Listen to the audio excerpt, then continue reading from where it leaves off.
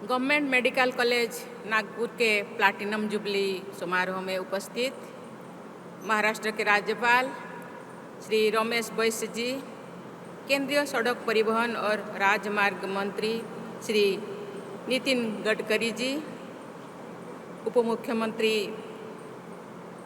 महाराष्ट्र श्री देवेंद्र फडणवीस जी, महाराष्ट्र सरकार में चिकित्सा शिक्षा मंत्री श्री हसन सुश्रीफ जी, इस कॉलेज के डीन डॉक्टर राज गजिए जी, अधिकारीगण, शिक्षकगण और कर्मचारीगण, प्रिय विद्यार्थियों, देवियों और स्वजनों, इस महत्वपूर्ण अवसर पर आप सबके बीच उपस्थित होकर मुझे हार्दिक प्रसन्नता हो रही है। ये प्रतिष्ठित संस्थान पिछले 75 वर्षों से हेल्थ केयर, एजुकेशन और रिसर्च में अपना बहुमूल्य योगदान दे रहे हैं। इसके लिए मैं सभी पूर्व और वर्तमान शिक्षकों, विद्यार्थियों और कर्मचारियों की सराहना करती हूँ। इस अवसर पर मैं इस कॉलेज की स्थापना में योगदान देने वाले लेफ्टिनेंट कर्नल A.N. वॉस, doctor Jivraj Mehta, colonel K.B. Kukde जैसी विभूतियों का भी सादर स्मरण करती हूँ। GMC नागपुर वर्ष 1947 से ही ऐसे हेल्थ प्रोफेशनल्स तैयार करता रहा है जिन्होंने राष्ट्रीय और अंतर्राष्ट्रीय स्तर पर चिकित्सा क्षेत्र में महत्वपूर्ण योगदान दिया है। मुझे खुशी है कि इस कॉलेज के पूर्व विद्यार्थियों ने समाज के अनेक क्षेत्रों में अपना छाप छोड़ी है। उनके कार्य के लिए उन्हें पद्म पुरस्कार, डॉक्टर B.C. रॉय अवार्ड से भी सम्मानित किया गया है। डॉक्टर प्रकाश आमटे को समाज सेवा के लिए अनेक सम्मान प्राप्त हुआ है। नागपुर महाराष्ट्र का एक प्रमुख शिक्षा केंद्र है। इस प्रसिद्ध में GMC नागपुर का भी महत्वपूर्ण योगदान है। आज इस संस्थान में न केवल 20 से ज़्यादा सब्जेक्ट्स में पोस्ट ग्रेजुएट की पढ़ाई हो रही है और 6 वर्षों से सुपर स्पेशलिटी प्रोग्राम चल रही है, बल्कि सुपर स्पेशलिटी हॉस्पिटल और ट्रमा केयर सेंटर द्वारा ज़रूरतमंदों को चिकित्सा सेवा में प्रदान की जा रही है। यहाँ पर महाराष्ट्र के साथ साथ मध्य प्रदेश, छत्तीसगढ़ और तेलंगाना जैसे पड़ोसी राज्य के लोगों भी चिकित्सा सुविधा का लाभ उठाने आ रहे हैं। देवियों और स्वजनों, चिकित्सा सस्ती और सुलभ हो, ये किसी भी समाज के सर्वांगीण विकास के लिए आवश्यक है। कोविड की अभूतपूर्व महामारी ने हमें एक मजबूत हेल्थ केयर सिस्टम के महत्व को गहराई से अनुभव कराया है। डॉक्टर्स, नर्सेस और अन्य मेडिकल प्रोफेशनल्स की निरंतर मेहनत का भी परिणाम था कि भारत अपनी इतनी बड़ी जनसंख्या का वैक्सीनेशन शीघ्रता से कर पाया। डॉक्टर्स की संख्या में कमी यूनिवर्सल हेल्थ कवरेज प्रदान करने में एक प्रमुख बाधा है। हाल के वर्षों में मेडिकल कॉलेज की संख्या में काफ़ी वृद्धि हुई है। साथ ही MBBS और पोस्ट ग्रेजुएट की सीटों में भी उल्लेखनीय वृद्धि हुई है। मुझे विश्वास है कि ये निर्णय भविष्य में सबको उचित चिकित्सा उपलब्ध कराने में अत्यंत महत्वपूर्ण साबित होगी। चिकित्सा सुविधाओं में असमानता भी एक समस्या है। इसको दूर करने के लिए केंद्र सरकार जिला अस्पतालों से संबद्ध मेडिकल कॉलेजों खोलने के लिए सहायता प्रदान कर रही है। ये योजना चिकित्सा शिक्षा के अवसरों में क्षेत्रीय असंतुलन और शहरी ग्रामीण विभाजन को कम करने में सहायक होगी। स्वास्थ्य सेवा की आधारभूत संरचना के विकास के साथ साथ ये भी ज़रूरत है कि स्वास्थ्य सेवा लोगों की पहुंच में हो।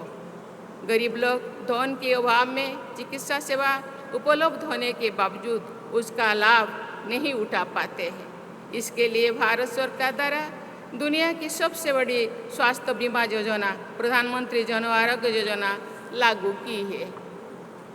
मैं हेल्थ रिकॉर्ड्स के डिजिटाइजेशन के सरकार की पहल की सराहना करती हूँ। हेल्थ से जुड़ी व्यक्तिगत रिकॉर्ड मरीजों के लिए लाभकारी सिद्ध होती है। डॉक्टर्स भी इस रिकॉर्ड के जरिए सही डायग्नोसिस कर पाते हैं। आयुष्मान भारत हेल्थ अकाउंट्स के जरिए किसी व्यक्ति का हेल्थ रिकॉर्ड्स आसानी से उपलब्ध हो सकेगा। ये एक ऐसी पहल है जिसमें टेक्नोलॉजी के द्वारा स्वास्थ्य सेवाओं को जनता के लिए सुगम और बेहतर बनाया जा सकता है। हमारे देश में ऑर्गन डोनर्स की कमी है। ये कमी न केवल ज़रूरतमंदों को लंबी प्रतीक्षा के लिए मजबूर करती है, बल्कि अंगों के अवैध कारोबार को भी बढ़ावा देती है। इस कमी का प्रमुख कारण है लोगों में जागरूकता का अभाव। लोगों को अंगदान के लिए प्रेरित करके इस समस्या का हल निकाला जा सकता है। इसीलिए मेरी मेडिकल फ्रेटर्निटी के सभी लोगों से अपील है कि जनता को इस बारे में जागरूक करने का प्रयास करें। मेंटल हेल्थ भी एक बड़ी समस्या है जिसका सहानुभूतिपूर्ण निदान आवश्यक है। मुझे खुशी है कि जीएमसी नागपुर न केवल मरीजों का इलाज कर रहा है, बल्कि मेंटल हेल्थ के क्षेत्र में रिसर्च भी कर रहा है। पोस्ट कोविड साइकोलॉजिकल हेल्पलाइन भी एक सराहनीय कदम है।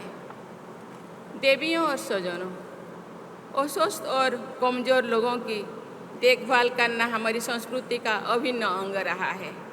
चरक, सुश्रुत और धन्वंतरी जैसे चिकित्सकों को हमारी परंपरा में उच्च स्थान प्राप्त है।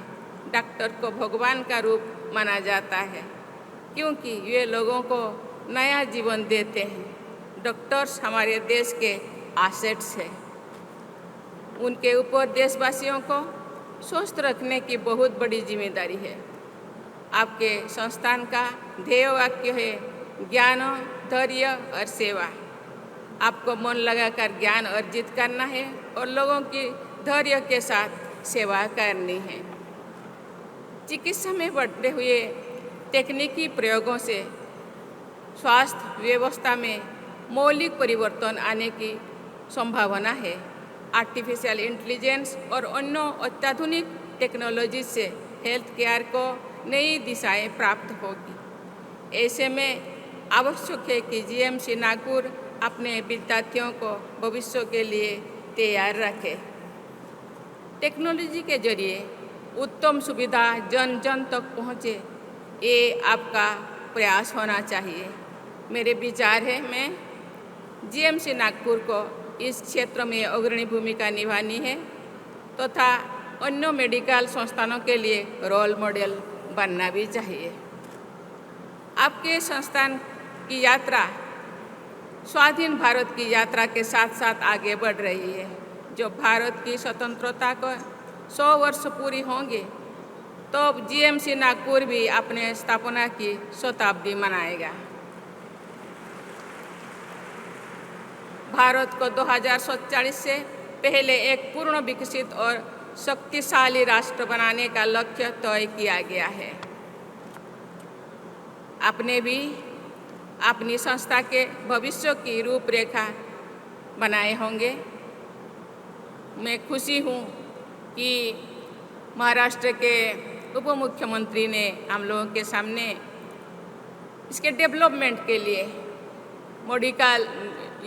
मॉडल मेडिकल कॉलेज बनाने के लिए 500,000 से 5,500,000 रुपया डेवलपमेंट के लिए दिए हैं। मुझे लगता है ये सब सुविधा आगामी पीढ़ी, आगामी 50 साल के मीन्स 100 साल से ऊपर की वो सोच रहे हैं, आगे के सोच रहे हैं। ये बहुत ही शुभंकरी चिंता है, इसलिए मैं उनको धन्यवाद देना चाहती हूँ।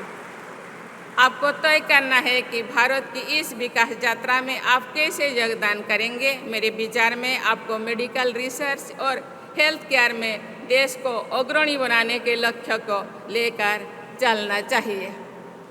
आपको ऐसे अफोर्डेबल हेल्थ केयर के लिए प्रयास करना चाहिए जिससे पूरे विश्व के लोग यहाँ चिकित्सा के लिए आना चाहें। साथ ही आपको ऐसे प्रयास भी करने चाहिए जिससे भारत की एक मेडिकल इनोवेशन हब के लिए भी पहचाना जा सके। अंत में मैं एक बार फिर आप सभी को हार्दिक शुभकामनाएं देती हूँ। मैं कामना करती हूँ कि जीएमसी नागपुर आने वाले समय में न केवल भारत के बल्कि विश्व के शीर्ष मेडिकल कॉलेजेस में अपना स्थान सुनिश्चित करे। इसी के साथ ही मैं पुनः आप लोगों को धन्यवाद देती हूँ। जय हिंद, जय भारत। एबीपी माझा, उघडा डोळे बघा नीट।